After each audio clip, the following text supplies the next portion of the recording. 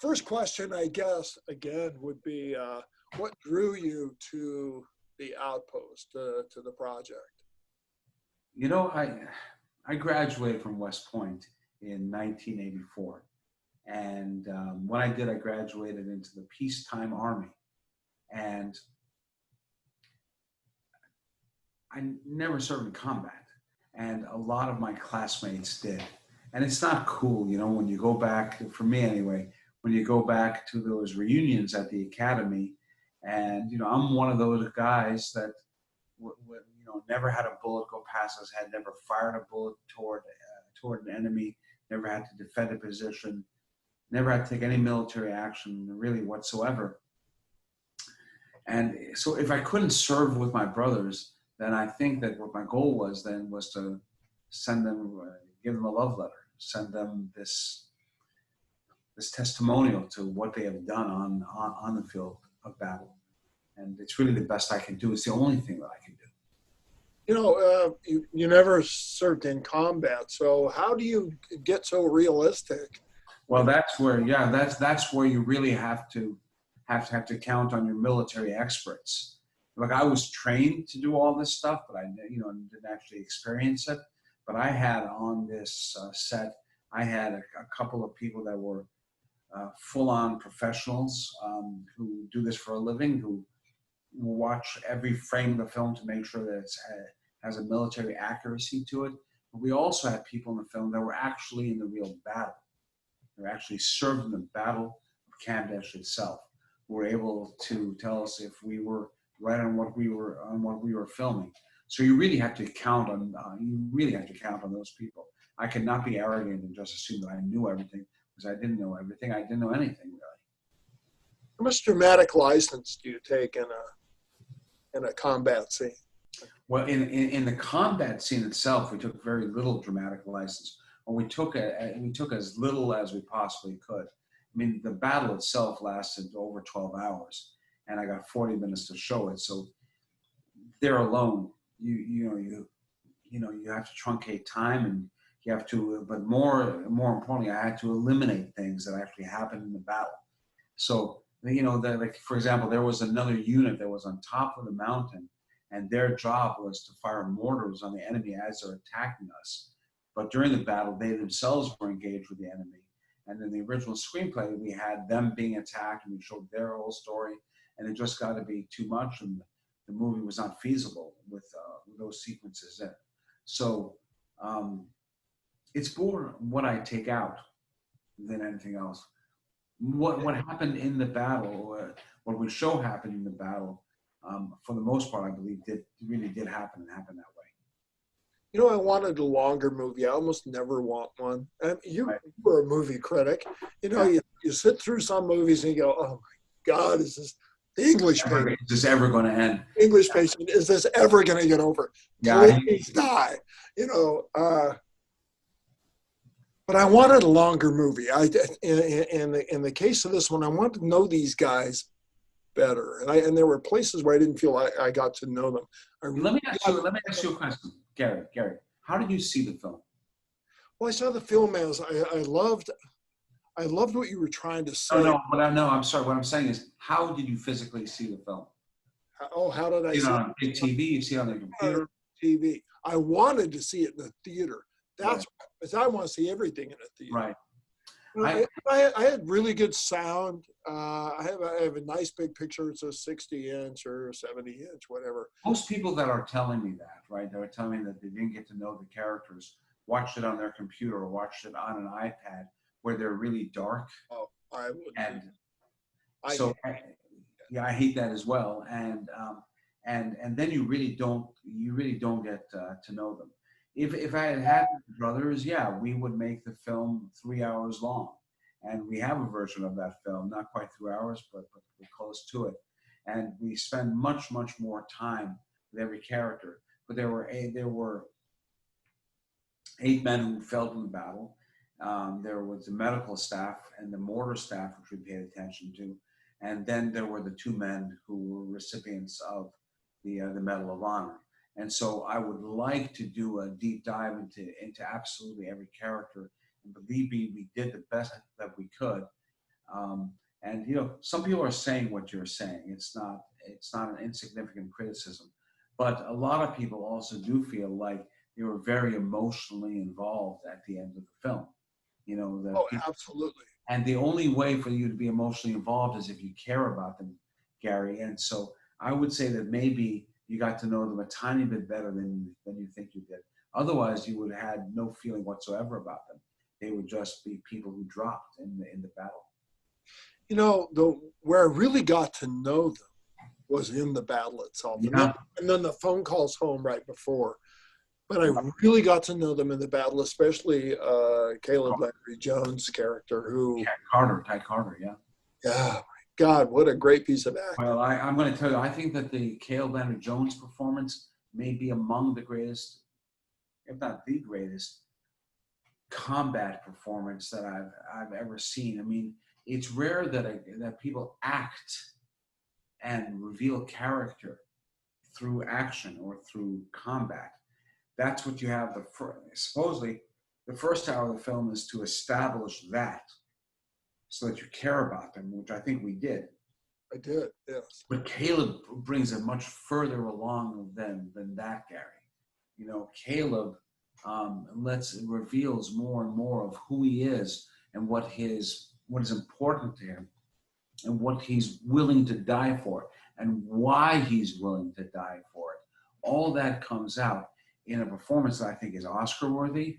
I think it is worthy to be mentioned among the all-time greats, like, for example, Tom Hanks in Saving Private Ryan, or Willem Dafoe in Platoon. That he really does. He's worthy of those accolades, and the critical response he's been getting has been beyond imagination. It was. I felt his pain. Yeah, you did. I could put myself in that Jeep or the Humvee, vehicle and just go, and oh my, you know you're going to die if you go save the guy, but you have to do it. And look at, I chose to film Caleb with a wide angle lens and in close up, because he is so humanly expressive. And I thought that would accentuate things. And for those of you who have seen the film, go see it again. If you need to skip to the second half, do it. But watch what we do with Caleb's eyes and what he does with his eyes, and watch how we take advantage of it. I even had it lit precisely to brighten and accentuate those the blue eyes that are telling you so much. Watch how he speaks. Watch how the spittle comes out when things get more intense. Watch the aggravation that is coming out of his throat. He's a near perfect actor in the entire battle sequence, and in fact, in the entire film. It's the best acting I've seen this year. I mean, yeah, thank you. I agree. And even if this was a normal year where you got to go to almost everything and you didn't have to view everything on your TV, it still would have been the best acting I've seen this year. I agree with you, and I think it will remain that way. And I think it. I mean, and Scott Eastwood is fabulous in Orlando.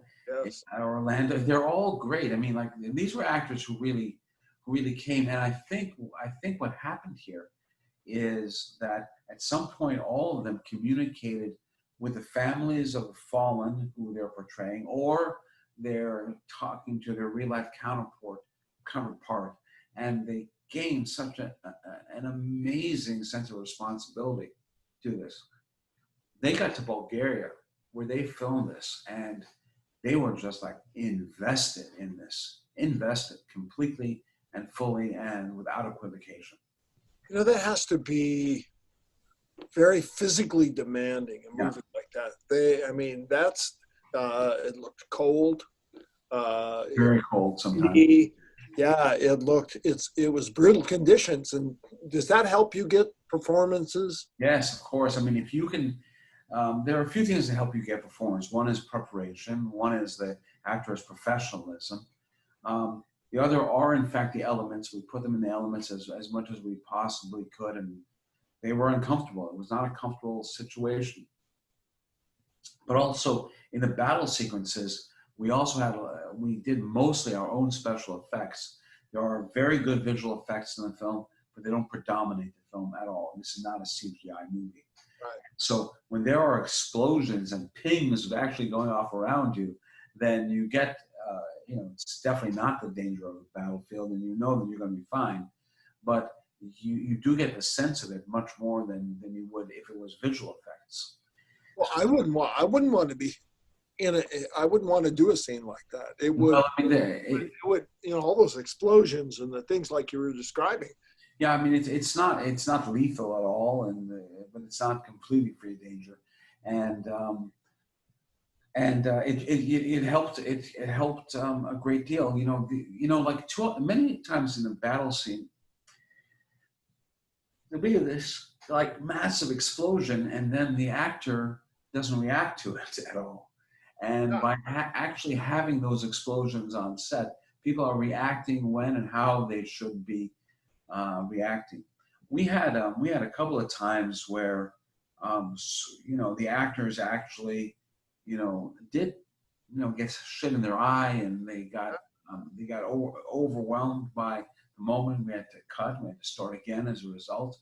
It was very real for these guys, I would say. Yeah, oh, very real.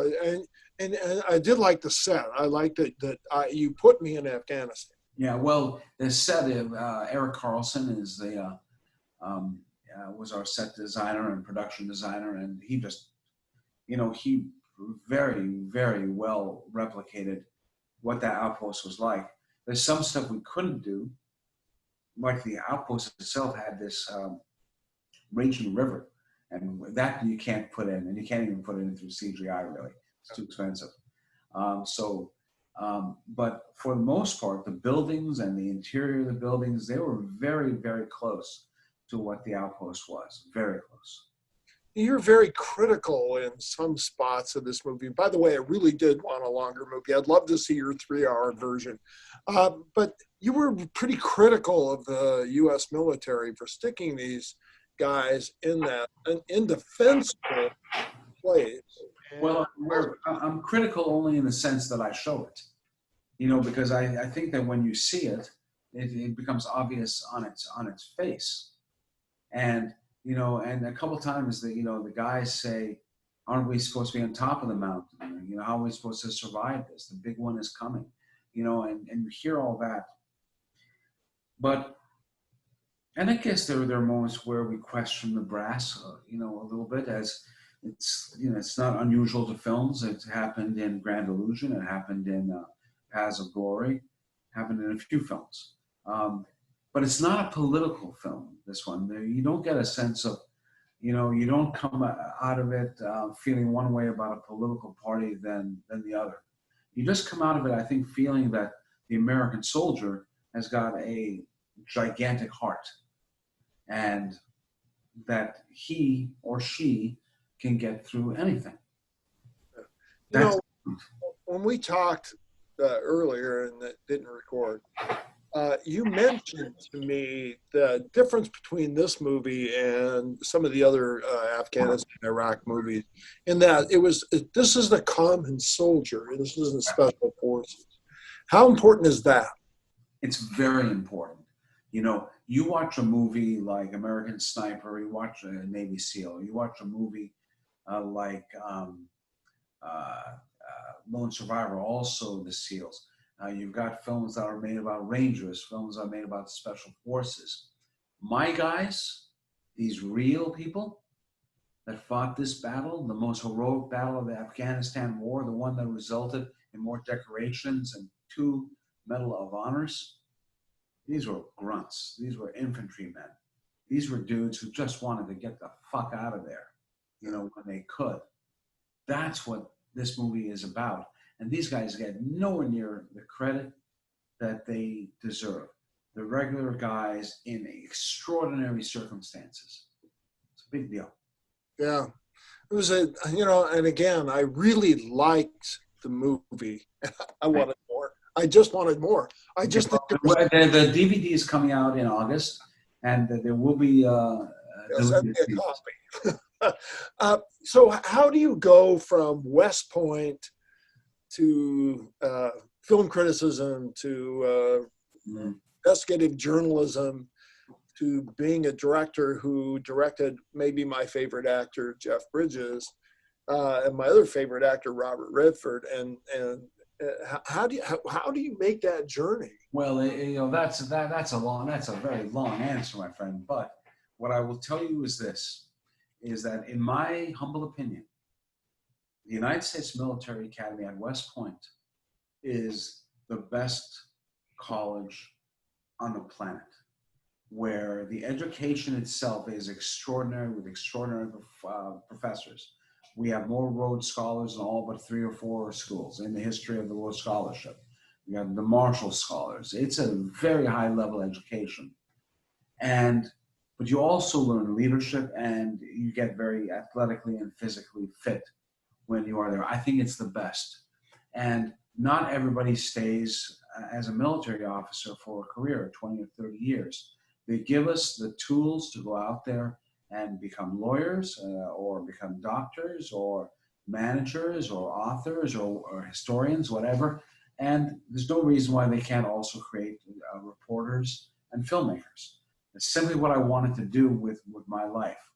So the West Point part of it is valuable in the sense that they educated me really well. And they put me into a world where, you know, I've been in a tougher scrape than what most people go through just by graduating and by having attended that school. How you become a film critic, how you then become a filmmaker, these are long and complicated, but I will tell you that luck has a lot to do with it. Absolutely. A lot to do with it. Yeah. And, So, and I admire you for loving Jeff Bridges. He's a master actor. And Redford, what can I tell you? He is the hero of my life. you know, Redford's one of those kind of people who can say so, like Scott Eastwood has that, and Clint Eastwood has that ability to say a lot without saying anything. Well, yeah, and I cannot tell you how many times when we made The Last Castle, the movie I made with Redford, he would say to me, "Let's lose this line. I can sell this with a look." I go, Yeah. you know what? I mean, like there are some times where, as a director, you're up against a force that he's not a force of power. He's a force of knowledge, and I just trust him. I trust him. So I'm going to ask you a real personal question. And I've been spending a lot of time lately explaining my life to my family, to people. I have new people in my life. And they're always asking me, you know, what about, how did you do, what would you do, blah, blah, blah. And I'm thinking about 14-year-old Gary. Now, 14-year-old Gary has no idea I'm going to have the life I've had. And I've had a pretty fun life. Maybe not as fun as yours, but I've asked questions of a president of the United States. I have been inside Congress and lobbying. I have done all this kind of stuff. Does 14-year-old Rod see at all what you have done, and where you 14-year-old Rod wanted to have the profession that 58-year-old Rod has now. And the only thing that I would say to that kid is get started earlier. yeah. I waited a little late in life to become a director and to actually try to get into the film business. I might have jumped over the whole film criticism stuff because I wasn't that great at it, although I had a great time with it, and I might have leaped as soon as possible into filmmaking. You know, here's something I've never told anybody.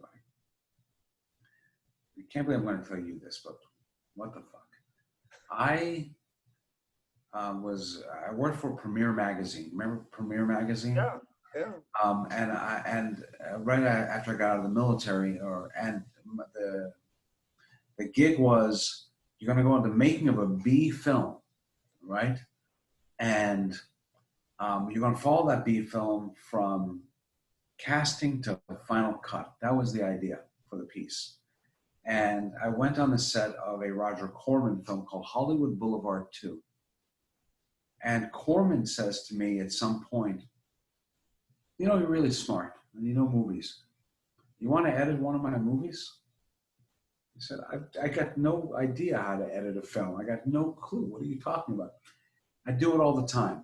It's just mechanics. You want to give it a try. And I thought about it, and he told me how much he would pay me, and he'd say, you just got to sleep in a car probably for a year is probably what it's going to be, but you'll get into the business.